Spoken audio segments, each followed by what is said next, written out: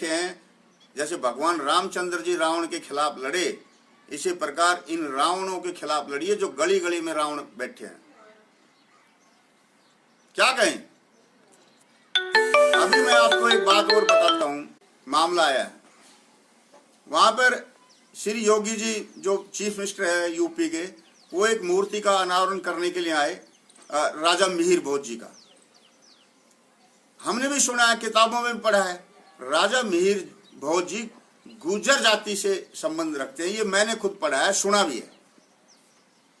अब योगी जी आए मूर्ति का अनावरण करने के लिए, गुर्जरों ने बुलाया, गुर्जर भाइयों ने, उन्होंने अपना पैसा खर्च किया, मूर्ति बनवाई, गुर्जर लोग वहां पर आए, उन्हीं की जमीन है, उन्हीं का कॉलेज है, उस कॉलेज में मूर्ति लगानी थी सम्राट मिहिर भोज की, उस पर गुर्जर लिखा हुआ था। योगी जी ने उस गुर्जर शब्द को मिटा दिया, उस पर कपड़ा ढकवा दिया। क्यों? इतिहास गवाह है, सम्राट मिहिर भोज, राजा मिहिर भोज गुर्जर था। हमने किताबों में पढ़ा है। किसी के दबाव में पता नहीं क्या, ये गलत बात है। आपस में समाज को ना लड़ाया जाए। योगी जी तो महाराज है, उसने तो ऐसा करना ही नहीं चाहिए, किसी के दबाव में, झूठा दबाव। ऐसे मैंने एक बात और सुनी है, गुर्जर भाई जो है वो पृथ्वीराज चौहान को कहते हैं हमारे, वो पृथ्वीराज चौहान को अपना बता रहे हैं। हमने इतिहास में रोज पढ़ा है, पृथ्वीराज चौहान राजपूत समाज से है। इतिहास तो यही कहता है। हम हिस्ट्री के विद्यार्थी रहे हैं, हमने बीए किया, एमए किया, एमएड किया, हमने कहीं नहीं सुना इस तरह की बात। तो ये मत लड़ाओ, ये नेता लोग लड़ा रहे हैं। सम्राट मिहिर भोज गुर्जर था, गुर्जर है, गुर्जर ही रहेगा, ये मेरा मानना है। मैंने अपने गांव में काफी हजारों लोगों से पूछा है, इलाके में पूछा है, अरे भाई तुम भी तो अपनी राय बताओ, सम्राट मिहिर भोज किस जाति से थे? लगभग 95-98% लोगों ने कहा है सम्राट मिहिर भोज गुर्जर था। इसलिए आदरणीय योगी जी अपनी गलती को माने और उस गुर्जर शब्द को दोबारा लिखवाए दादरी के अंदर उस कॉलेज में। ऐसे ये गुर्जर भाई जो राजपूत राजा हुए हैं, राजा पृथ्वीराज चौहान, उसकी जिद छोड़े। पृथ्वीराज चौहान राजपूत थे, राजपूत ही हमने किताबों में पढ़ा है, और हमारी नजर में वो राजपूत ही रहेंगे। लड़ो मत, लड़ाओ मत, आपस में सबको रहना है, सब भाई हैं।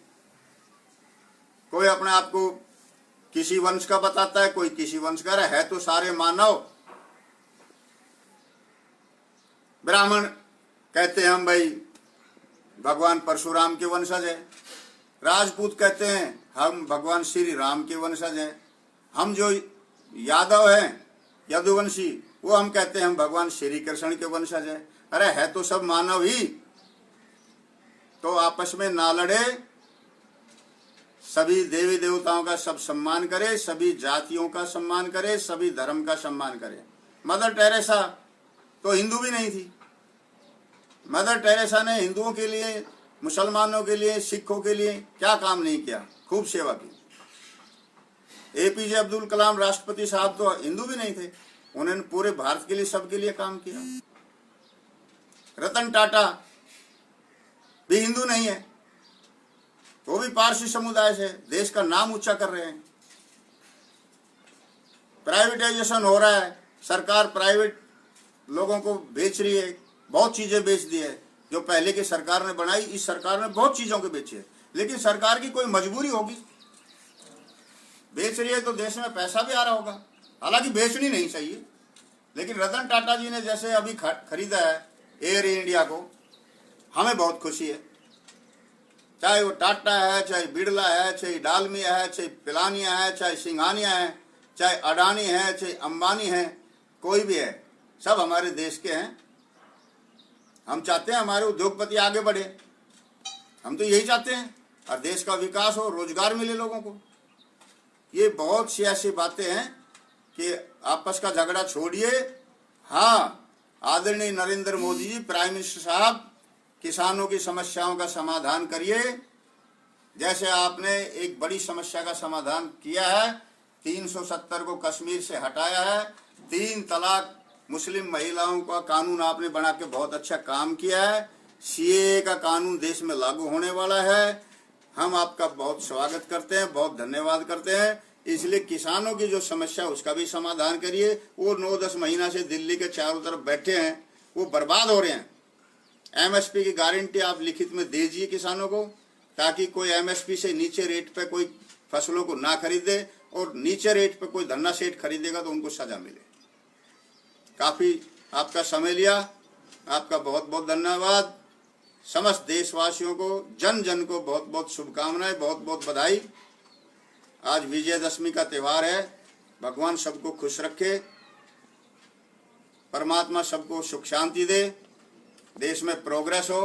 रावण को मारो जो छिप रहे हैं, चमचागिरी कर रहे हैं, झूठी, करना कुछ नहीं, नेताओं के इर्द गिर्द झूठे सच्चे कान भर रहे हैं, ये रावण ही है।